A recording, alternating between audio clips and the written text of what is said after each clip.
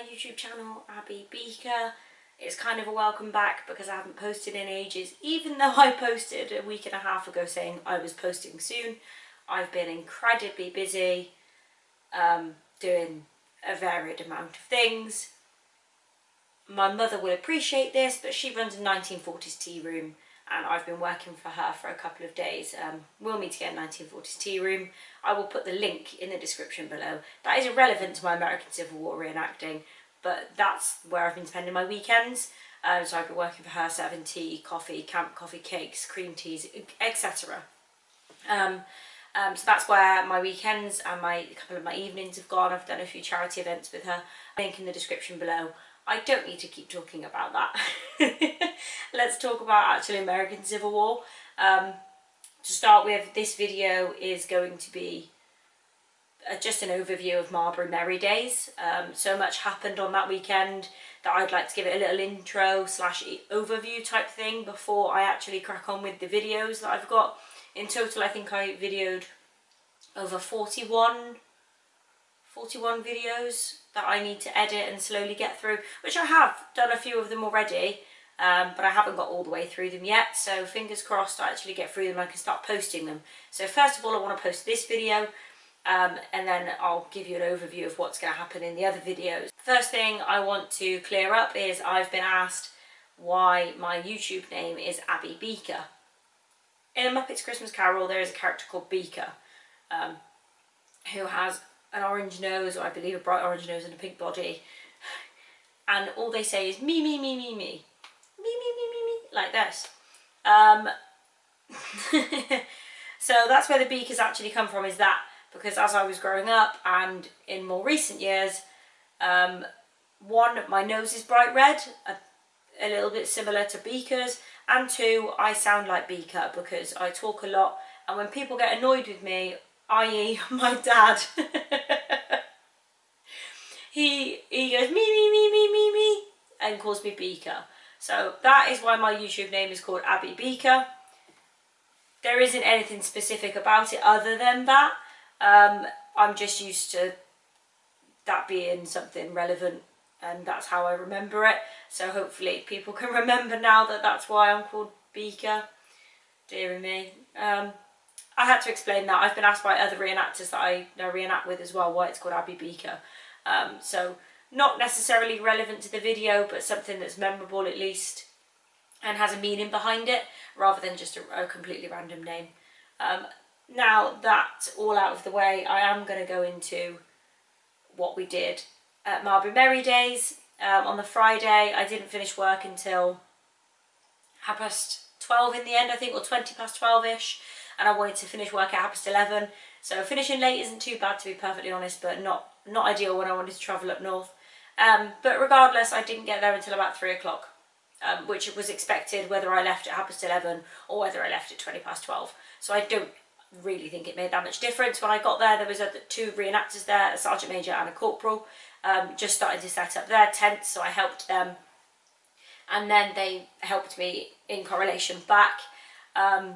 You'll see in some of the footage I've got that I'm going to speed up that the tents were starting to blow away as we were putting them up because it was really windy. It was 22 degrees when I got there. It was absolutely gorgeous. And then I got out the car. And from some of the footage that you're going to listen to, you're going to hear the wind, and I can't fully block it out, and I don't know or have the technical ability yet to blow that kind of thing out. But yeah, you can literally hear the wind go constantly in the background. It's very irritating, but if there is any footage like that, I'm either not going to use it or I'm just going to talk over it. But in the bit where I'm putting the tents up, you'll see that we've got hold of one of the tents. It only takes one person normally to put one up, but we used 3 people to put both of ours up because they were just blowing away. At one point I was being a nice sister and putting my brother's tent up as he was bringing his friend Connor, a new person for the weekend. So I put my brother's tent up for him as I took that with me, and as I was putting his up, he rang me to ask me a question, and while I was on the phone to him, the tent literally pulled up off the floor from underneath me with me and this other person holding it. Not ideal, but still really funny when you watch it back. So that'll be in one of my videos.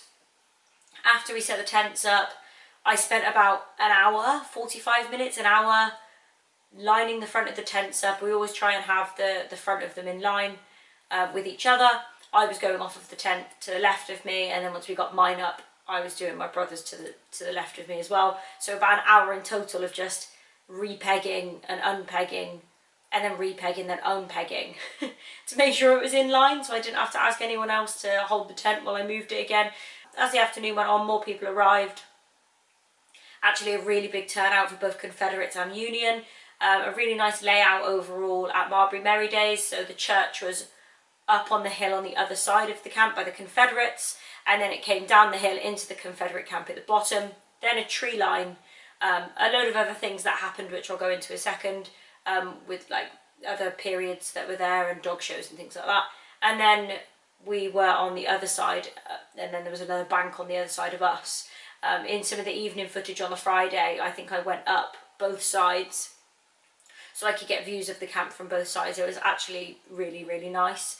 The moon, I was going to call it the sun, but the moon came really, really low to start with, just over the crest of one of the hills, and I got some really good pictures of Friday evening. Unfortunately, our friends who were bringing our campfire for our regiment, their trailer broke. I think it was a wheel bearing or something with a wheel puncher, and couldn't be repaired anyway. So they went home, changed trailers, and then came on a Saturday morning. So Friday evening for food, me, my brother and Connor had burgers. Me and my brother had square sausages and baked beans, and we actually borrowed a fire from 19th Indiana, and used their fire to cook our sausages and beans. Next morning, 7-ish, 7:15, got up, put the camera on for a bit, so there's some footage of that. Had sausages and baked beans for breakfast. Oh no, I didn't. I had sausages for breakfast, sorry. And I actually did myself scrambled egg with mushrooms, but I completely forgot to actually cook the mushrooms before I put them in the scrambled egg pan. So, but regardless, it was really nice actually, really nice breakfast. I had a bit of salt and pepper in it. That's not really anything that's that exciting. My brother brought his friend Connor.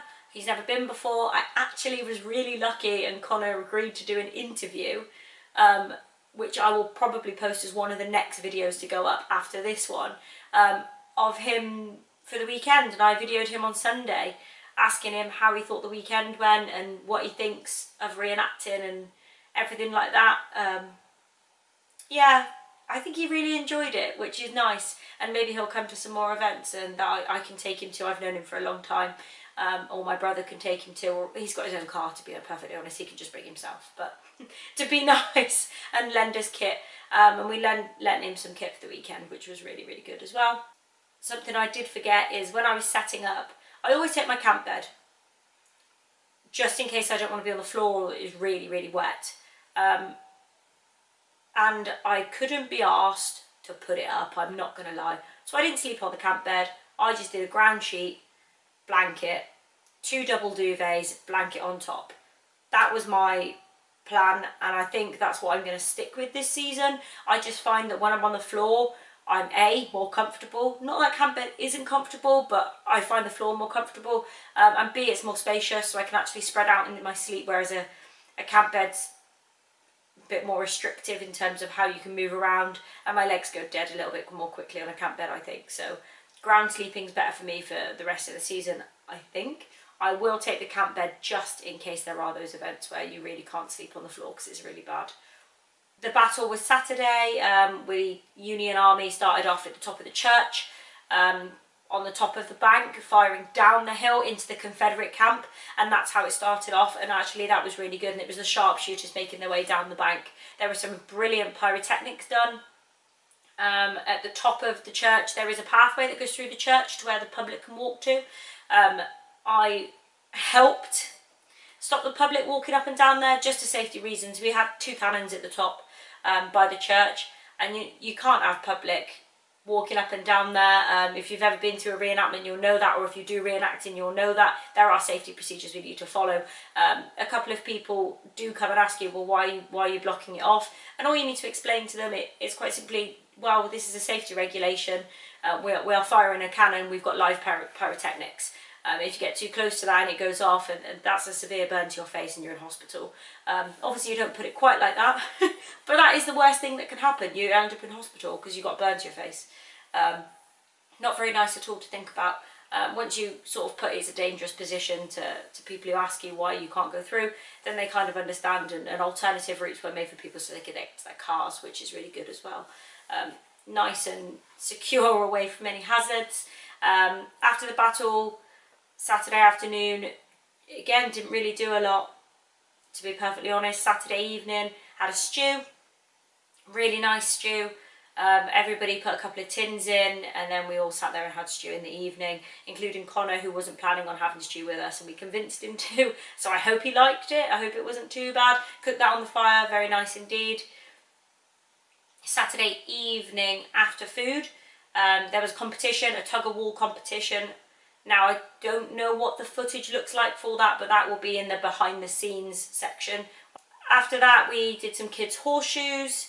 Unfortunately, one of the Confederates tripped over and broke part of his leg or whatever he did. It wasn't due to the tug-of-war or the horseshoes or anything like that. They just tripped over a piece of rope that they were stepping over. But we had an amazing medical team. We do have medical teams anyway on site, but within our society we also have people who are paramedics, trained first aiders, etc. And everyone just comes together and comes to your aid.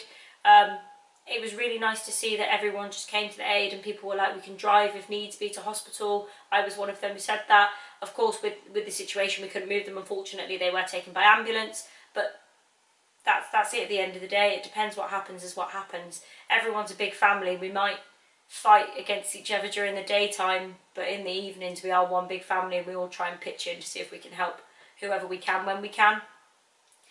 Later on this season, I believe we're going to have a massive horseshoes competition, which involves the Confederates and the Union against each other, which I think will be brilliant. And I think the tug of war was really good on Saturday as well.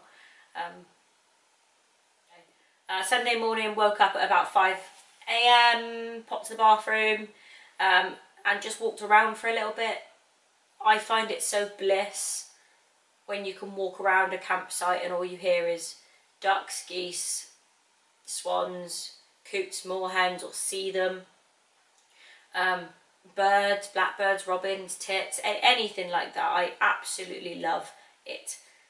It's so relaxing, and I think because I talk so much normally and I have a very loud, big personality, that walking and listening to the birds and just being quiet is actually really nice.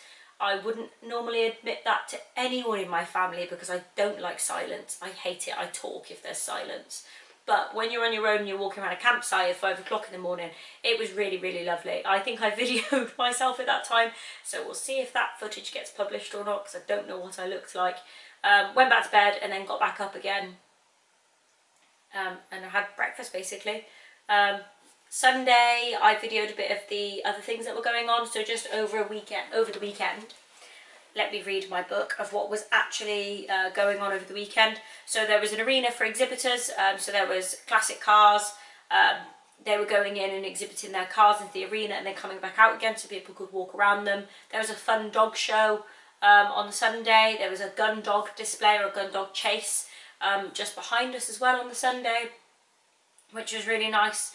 There was a couple of charity shop stalls, so like Auto Jumble or just Jumble, you go in, and there was a clothing charity shop stall. So anything you purchase, of course, the money went to the charity.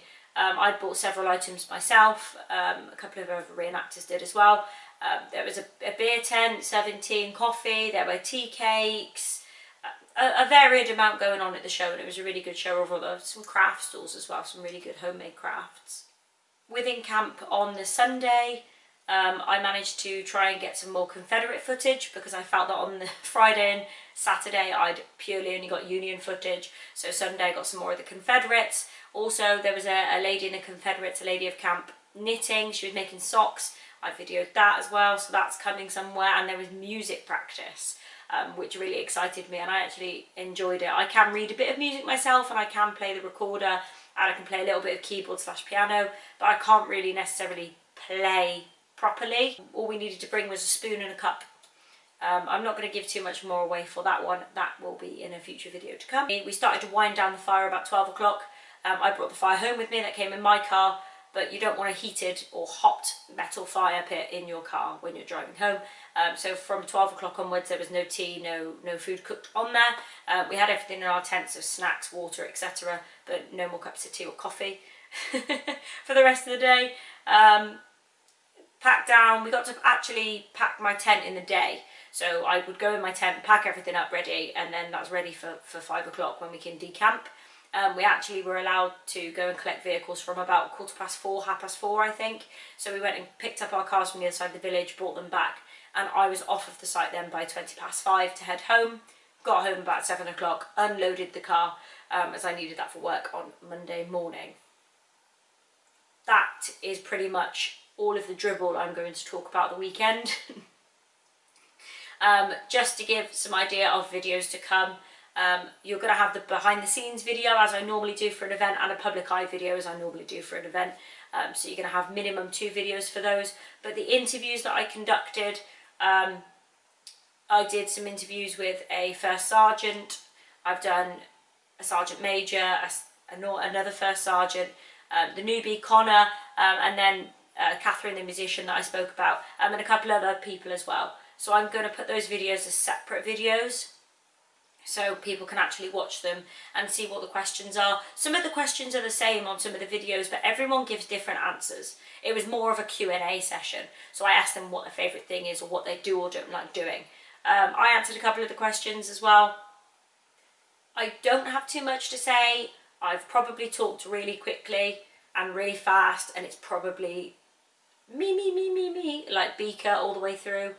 But I've tried to talk slowly and I've tried to pace myself, which is why I can see my hands moving in front of me.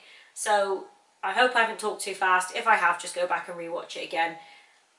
I'm going to do the cringe of everything, but please like the video underneath. If you want to comment, you can comment. You don't have to, but please like and use that subscribe button. If you don't have a YouTube account, that is fine. You don't need to subscribe, but I don't want you to make one if you don't want to. But instead, could you press the share button, or even if you do have a YouTube channel, can you press the share button at the bottom of the video? I would just like more people to be aware of what I do. Not necessarily me specifically, but what I do as a reenactor. And I think that there's not enough people who see what we do and see that there's something different that you can actually do out there as a hobby, and you don't have to be sat with technology all the time. You don't have to be sat at home, albeit yes, I've started a YouTube channel, and yes, I'm using modern day technology to do that. It's just different, and I want more people to see that side of things and see that it's not bad to do something different, whether it be any type of reenactment period or any type of hobby. It's nice to be different, and it's nice to have a talking point and a vocal point. That's all I'm going to babble on about. Thank you for everyone who has agreed to do interviews in future videos, and anyone I've already interviewed and I'm going to publish.